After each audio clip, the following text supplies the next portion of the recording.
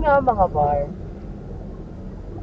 Good morning sa inyong lahat. So, nandito na tayo. Malapit na tayo sa may Pilcoa. Bali, medyo na traffic lang tayo sa bandang Batasan Tunnel kasi masikip sa may Don Antonio. So, umabot na hanggang Batasan Road yung traffic.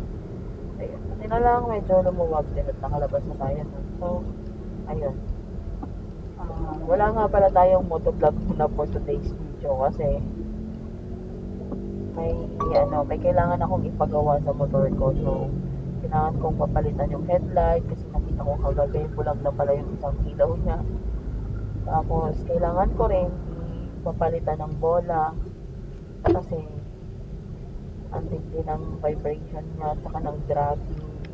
Para akong nakasakay sa ano bang tawag ko?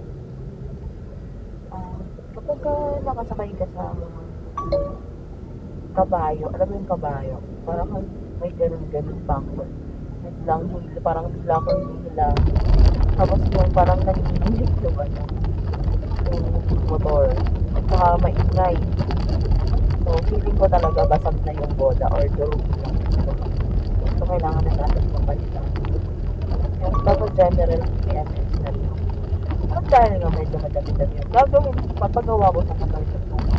So, kailangan natin pag-tutunan kasi hindi pa yung headlight. Unlike nung isang motor ko, yung Mini Sporty ko na din.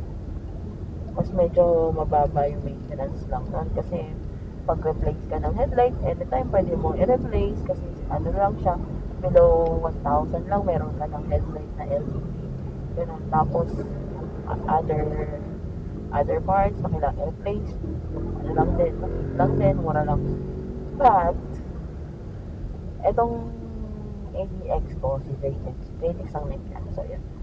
Itong motor ko na to, kapag nagpapalit ako ng headlight, kakain siya ng 7 to 8,000 sa headlight pa lang. Tapos, magpapa-general PMS. So, yun nga, medyo madami-dami tayong ipapagawa. So, medyo mapuputas yung bulsa natin. Yan, so, tayo na sinapasok ako sa motorcycle lane. Which is, hindi dapat ako nandito. Kapag nagmumotor ka talaga, tapos nag-drive ka dito. Iwasan mo yung motorcycle lane kasi syempre nararanasan mo rin yung naagawan ka ng lane kapag nakamotor ka. Buti na lang talaga meron akong auxiliary lights kasi yun yung nagpaliwanag ng daan. Kasi kung wala na ko, mahihirapan talaga ako makauwi kasi ang dilim-dilim ng daan papunta sa amin. So, pag nag-drive kayo guys, huwag kayong biglang hinto kasi pag nasa unahan ko biglang huminto but that's very delikado. Ayun nga mga parts, sa mga nanghihingi, patuloy na nanghihingi nga pala sa akin ng sticker.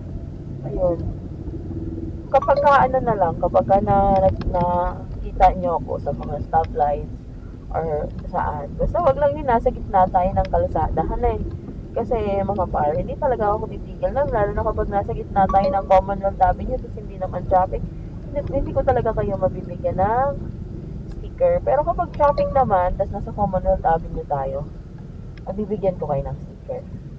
Okay, pero kasi nga ipapagawa ko pa yung motor ko sa medyo matagal-tagal pa tayong kita sa Commonwealth Avenue.